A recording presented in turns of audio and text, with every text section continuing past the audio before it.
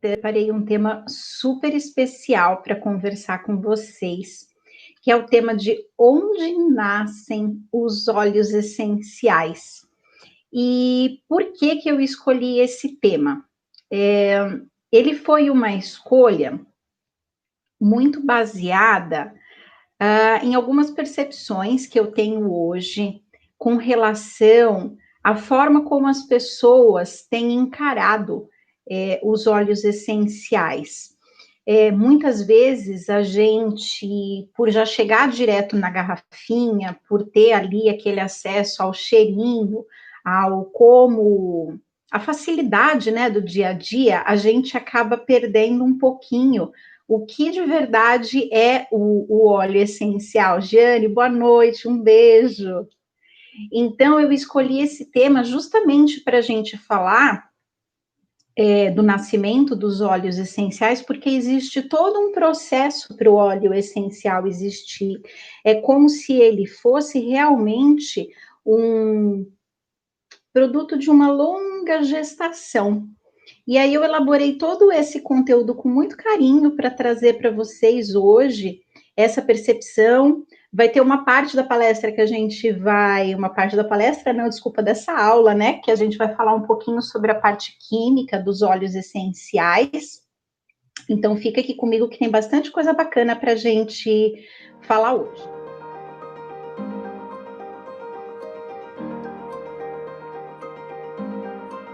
Então, quais são os tópicos que nós vamos passar hoje? A gente vai falar um pouquinho de fotossíntese.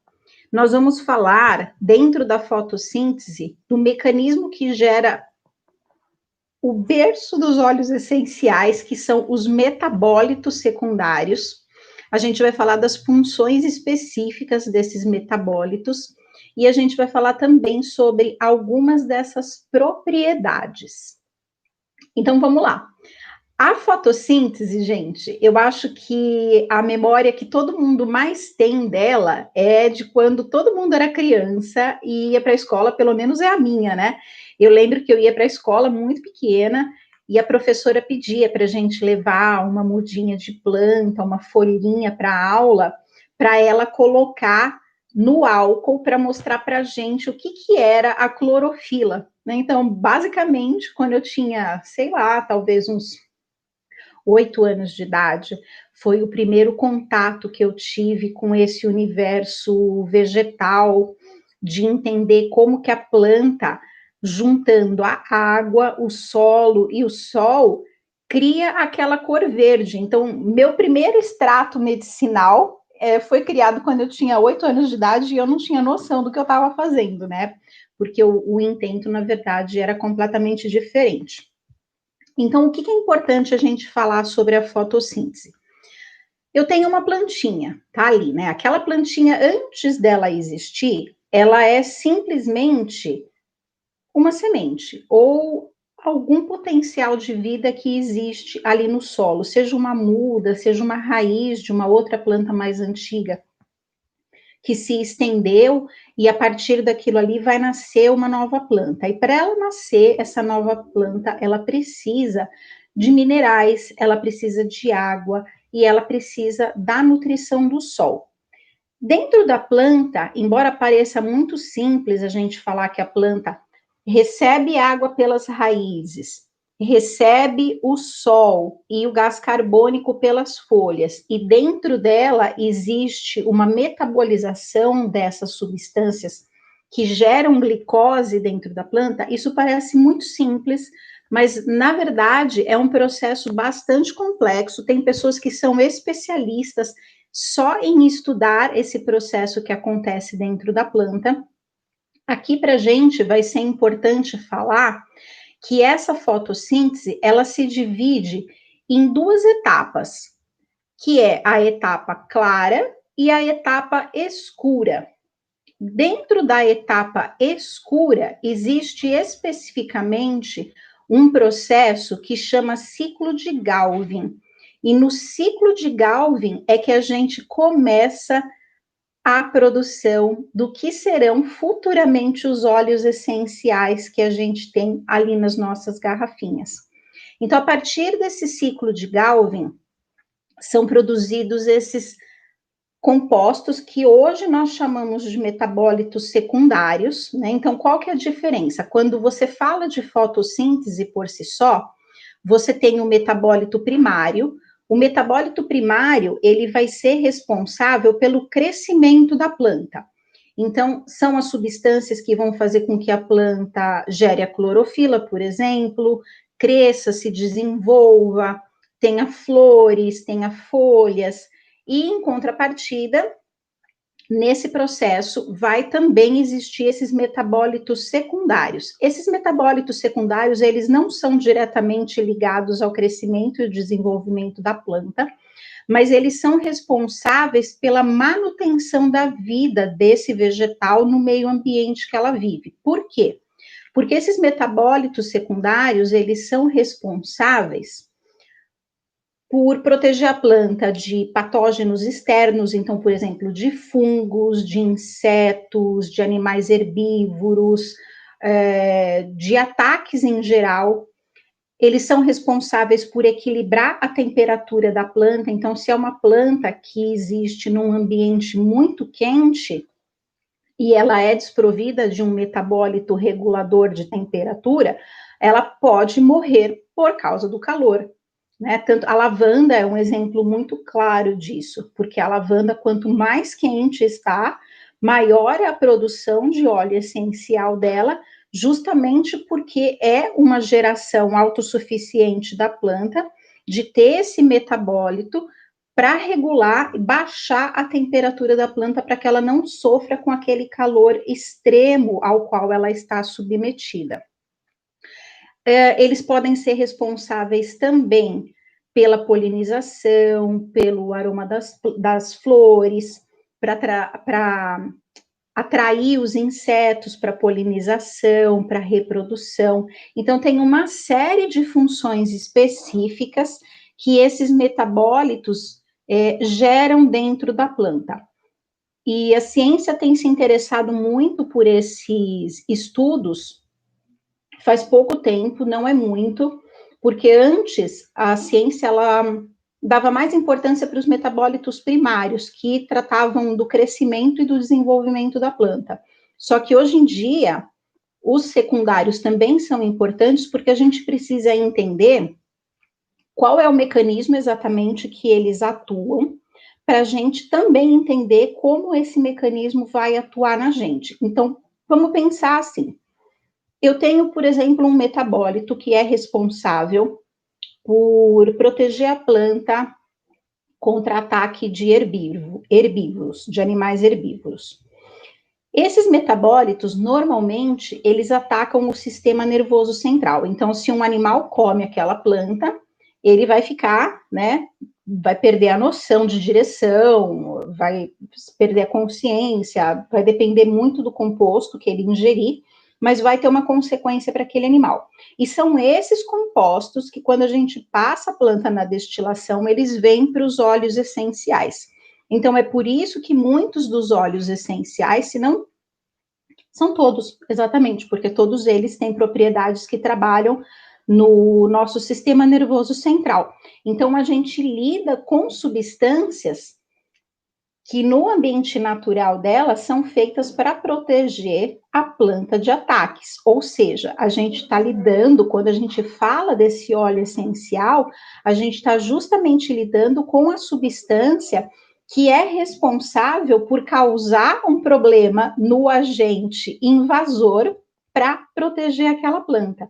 E de alguma forma, tem muito a ver com a dosagem do que a gente usa. Essa ação do óleo essencial, ela acaba sendo benéfica para a gente. Então, por exemplo, ações antidepressivas, ações antivirais, antifúngicas, que são exatamente as funções que esses metabólitos exercem na planta. Então, isso é trazido ali para a gente, tá?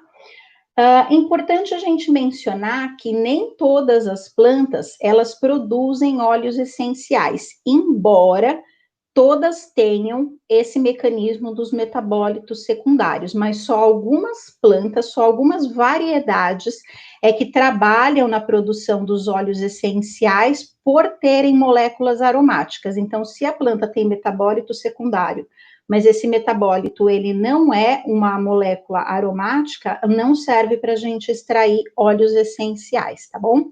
Gente, se vocês forem tendo dúvida, quiserem fazer alguma pergunta, coloca aqui no chat para eu também ter um parâmetro de como que está a situação aí para vocês, porque eu sei que é um assunto um pouquinho diferente. Então, vamos seguir aqui, vamos fazer uma revisão, né? Eu lá atrás comentei com vocês, a gente tem uma semente, tem um pedaço de raiz, a gente tem qualquer elemento que dê vazão ao nascimento dessa nova planta. Essa nova planta, para ela se desenvolver, ela passa pelo processo de fotossíntese. Nesse processo de fotossíntese, ela vai gerar todos esses metabólitos primários que são responsáveis pelo crescimento e desenvolvimento dessa planta. Nessa geração da fotossíntese, a gente tem o ciclo de Galvin, que fica dentro da fase escura da fotossíntese, e a partir desse processo, desse ciclo de Galvin, existe a geração dos metabólitos secundários, que tem essas funções específicas. Agora, nós vamos respirar fundo, vamos tomar um golinho de água, porque vamos falar algumas palavras um pouquinho difíceis, mas vocês vão ver que é tudo muito simples, tá? Esses metabólitos secundários, eles são divididos em grandes grupos químicos. Eu não vou falar de todos eles hoje. Hoje nós vamos falar de um grupo específico, que ele é o grupo mais extenso e é o grupo que a gente mais escuta falar dentro dos óleos essenciais, que são os terpenos. Então, nós temos os famosos monoterpenos e nós temos os famosíssimos sesquiterpenos. Como que a gente faz para diferenciar um do outro? A gente diferencia isso pelo carbono. Então, eu trouxe algumas coisinhas para ilustrar para vocês como que é esse funcionamento. Então, hoje de manhã, eu tirei uma foto com uma rosa aqui do lado. Eu não sei quem viu, mas é essa rosa que tá aqui agora, tá? Então, o que que eu fiz? Aquela rosinha, ela já tava mais murchinha, então eu separei aqui, ó, 5 pétalas dessa rosa. Vou colocar aqui na mão, já vou mostrar para vocês. Eu acho que a câmera não tá pegando aqui onde eu tô, tá? Ó, então tem 5 pétalas aqui na minha mão. Vamos supor, cada uma dessas pétalas que tá aqui na minha mão representa um carbono diferente. Então, eu tenho 5 carbonos. Eu vou colocar esses 5 carbonos aqui dentro desse copinho, ok? Então, eu tenho aqui 5 carbonos no meu primeiro copinho. Eu fiz a mesma coisa com o segundo. Então, aqui eu tenho mais 5 pétalazinhas. Cada uma é um carbono diferente. Ó, tenho 2 aqui, 3. Vai pro segundo copinho. Então, eu tenho 2 copinhos, cada um com 5 carbonos. Ou seja, eu tenho 2 moléculas com 5 carbonos aqui dentro. E o terceiro copinho, que é exatamente a mesma coisa. Mais 5 pétalas. Mais 5 pétalas no terceiro copinho. Ok? Quando eu junto 5 carbonos, para não ficar falando eu tenho 5 carbonos, eu chamo isso aqui de isopreno. Então, eu tenho uma cadeia de isoprenos ou 5 carbonos juntos. Então, nesse exemplo aqui que eu trouxe para vocês, nós temos 3 isoprenos. Quando eu junto 2, eu tenho 2 deles, ou seja, 10 carbonos juntos, eu tenho um monoterpeno, ok? E quando eu junto essas 3 cadeias, quando eu junto os 3 isoprenos, eu tenho o sesquiterpeno. Então, os monoterpenos, eles vão ser aqueles óleos essenciais com notas altas, como, por exemplo, os cítricos, e notas médias, como, por exemplo, os óleos essenciais das famílias labiadas. E os sesquiterpenos, eles vão ser os óleos mais fixadores, como, por exemplo, um vetiver, como, por exemplo, uma mirra, que são esses óleos de moléculas um pouco mais pesadas. Por quê? Porque já tem 15 carbonos. Então, essa é a diferença básica entre os dois. Quanto mais carbono eu tenho, ou seja, quanto mais isopreno, mais pesada é a minha molécula. Então, como a gente trabalha com os óleos essenciais e a gente precisa sempre de moléculas muito leves, eu sempre vou trabalhar com essas duas famílias de terpenos, os monos e os sesquiterpenos, tá bom? Para esses, então vou dar um exemplo para vocês de monoterpeno. Um monoterpeno muito famoso é o mentol, que ele é presente no hortelã-pimenta. Tem o citral também, que é presente no capim-limão, e o linalol, que é presente numa série de óleos essenciais, na lavanda, na Aniba roseodora, que é o pau rosa, me fugiu agora, mas tem vários que tem linalol, limão. E o sesquiterpeno, um muito famoso é o beta-cariofileno, que é um dos principais compostos do óleo essencial de copaíba.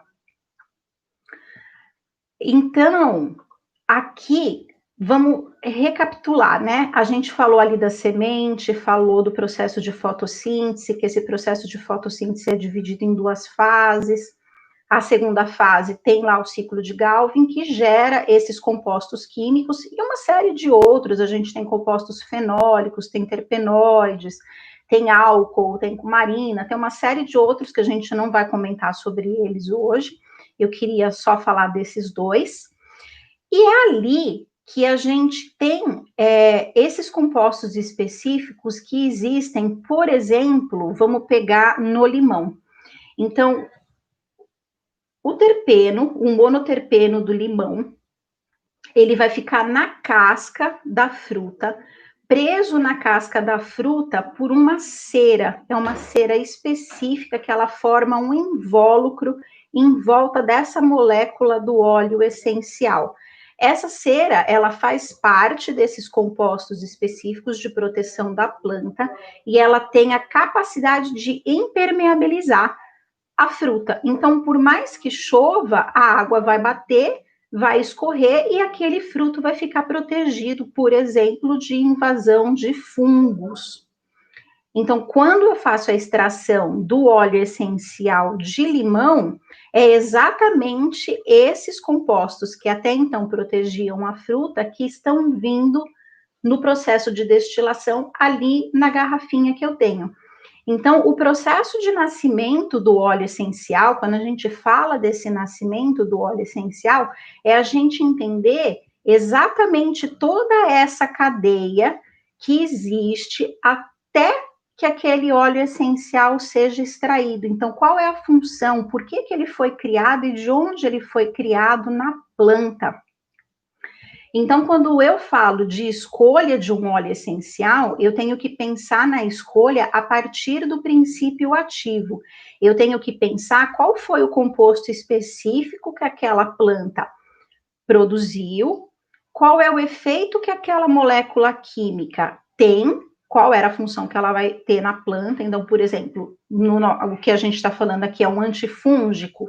Então, se eu preciso de um óleo essencial antifúngico, eu vou buscar exatamente algum que tenha essa propriedade, sabendo que veio de todo esse processo. E a partir daí é que eu escolho o meu óleo essencial a partir do princípio ativo. Então, a dança da química dos óleos essenciais, ela começa exatamente nesse momento, quando a gente sabe desse nascimento, né? Porque uma coisa que eu notei muito ao longo do tempo foi que as pessoas falam muito da química dos óleos essenciais, elas falam dos compostos, mas ninguém conta exatamente como que eles nascem, para que eles existem. A gente sabe que é uma função de proteção, mas ninguém, pelo menos eu não tive a oportunidade de encontrar ninguém que contasse todo esse ciclo anterior e por que aquele óleo essencial se desenvolve daquela determinada maneira. Então, se eu pego, por exemplo, um pé de limão, eu tenho um óleo essencial que é extraído da flor, que ele vai ter uma série de propriedades. Eu tenho um outro óleo essencial que é extraído das folhas, que vai ter outro tipo de propriedade. E eu tenho o óleo essencial que é extraído da casca da fruta, que vai ter um terceiro tipo de propriedade. Então, entender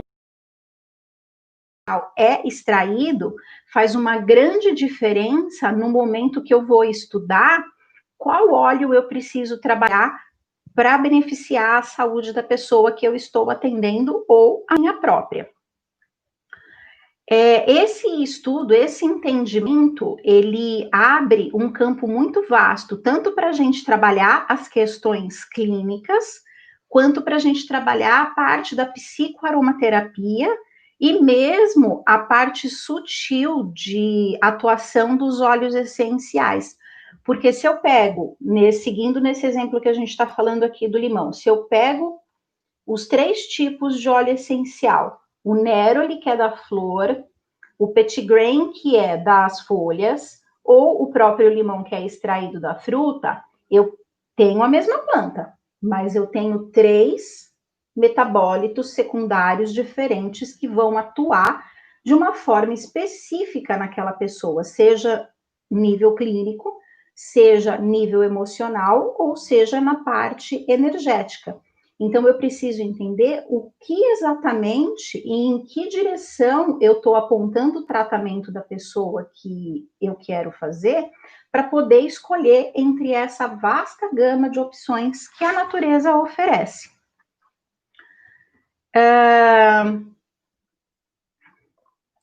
Deixa eu ver, tem alguma pergunta aqui? Gente, vocês têm alguma dúvida? Se tiver, coloca agora, porque a gente já está quase chegando no finzinho e eu não queria deixar vocês com dúvida. Então, enquanto vocês vão escrevendo aí, eu vou contar para vocês um pouquinho da história de como que eu fui estudar essa parte sutil dos óleos essenciais e da parte das plantas, né?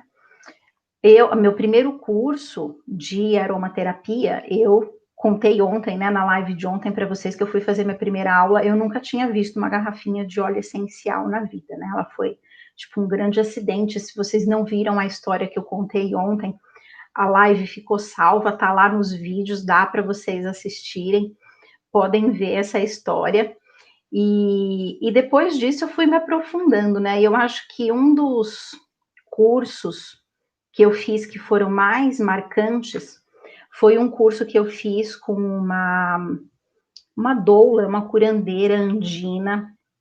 Foi um curso de 3 dias de imersão. A gente entrou assim na sexta-feira, ficou a sexta à noite, o sábado, e foi sair só no domingo, no final do dia. E ela fez um trabalho tão lindo com rosas cor-de-rosas para a gente, né? Era um retiro só para mulheres. E era um trabalho específico para trabalhar perdas, né? Ele era direcionado para quem perdeu filhos, mas no caso todo mundo passou e foi uma coisa muito mágica, assim, foi a primeira, acho que foi a primeira vez que eu vi uma atuação de uma planta tão delicada, de uma maneira tão profunda, porque como todo mundo fez, mesmo que fosse direcionado para mulheres que sofreram abortos, todo mundo tem perdas grandes na vida, né? E foi muito curioso, porque quando ela fez esse trabalho comigo, eu vi muito claro uma época que eu tive uma clínica com uma sócia minha, e a hora que ela colocou as rosas em mim para justamente fazer a limpeza dessa perda, eu vi o exato momento em que eu fechei a porta da clínica a última vez. E eu nunca tinha percebido como eu tinha ficado chateada em ter fechado essa clínica. Então, foi muito incrível perceber o quanto a planta, né, mesmo ela sendo cortada ali do pé, essa força energética que ela tem de atuar nos pontos mais profundos do nosso psicológico, das nossas emoções. E foi a partir daí que eu comecei a desenvolver esse estudo da atuação mais sutil dos óleos essenciais, como que eles têm capacidade de chegar tão profundo no nosso subconsciente, né? Porque ali eu estava trabalhando com a flor, ela não tinha nem a potência que um óleo essencial tem, porque se a gente for pegar, por exemplo, uma gota de óleo essencial de rosa, eu tenho quilos daquela pétala. Imagina a força que isso tem para mexer dentro da gente, né? Então, eu acho sempre muito importante ter essa clareza desse processo que o óleo essencial ele passa na planta e o como essa vida do óleo essencial, porque ele está ali na planta, ele está pegando sol, pegando chuva, pegando todas as coisas que acontecem no tempo e trabalhando em parceria com aquela planta para manter ela viva. E no caso do óleo essencial de rosa, esses metabólitos secundários, eles são responsáveis pelo perfume, e esse perfume da rosa, ele é responsável pela polinização, ou seja, a energia sutil toda da rosa, ela é voltada para a manutenção e expansão da vida. Então, quando eu coloco essa energia sutil da rosa dentro de uma dor de perda, isso gera um processo de catarse muito forte, que foi o que aconteceu comigo nesse retiro, que foi o que me chamou tanto a atenção para esse estudo, né? Então, sempre que vocês forem fazer a atuação, o trabalho de um óleo essencial nesse campo de atuação, vocês precisam ter essa visão completa de tudo o que acontece antes do óleo essencial chegar ali na garrafinha de vocês, para vocês usarem aquilo se beneficiando do potencial completo que aquilo tem, né? E outra coisa que eu falei ontem, que eu acho que é importante a gente também pontuar hoje, é que o óleo essencial ele é tão potente que eu não preciso de imensas quantidades para trabalhar com ele. Muitas vezes 1, 2 gotas já são suficiente para fazer o trabalho que eu preciso, justamente por conta dessa força que eu acabei de narrar aí para vocês que eles têm. Então, gente, eu acho que hoje era isso aqui que eu tinha para trazer para vocês, era esse conteúdo do nascimento dos olhos. Eu espero que tenha ficado claro todas as informações. Se alguém ficou com alguma dúvida, pode me mandar no e-mail também, é o contato@mosaiconatural.com.br. E eu convido vocês para participarem da primeira turma da Jornada Aromática Online Primeiro Passo, que já começaram as aulas ontem. Então, o pessoal já está estudando. Se vocês quiserem entrar nessa mesma turma, ainda dá tempo. O link vocês conseguem lá no Instagram, na bio, tem o link para a página de matrícula. Ou, se vocês preferirem, também vou deixar aqui na descrição do vídeo, ou pode me pedir pelo e-mail também, tá bom, gente? Então, um beijo enorme para vocês. Obrigada vocês terem dividido comigo esse tempo. Eu espero que vocês tenham gostado do conteúdo. E amanhã tem outra live, então espero vocês e até mais. Um beijão.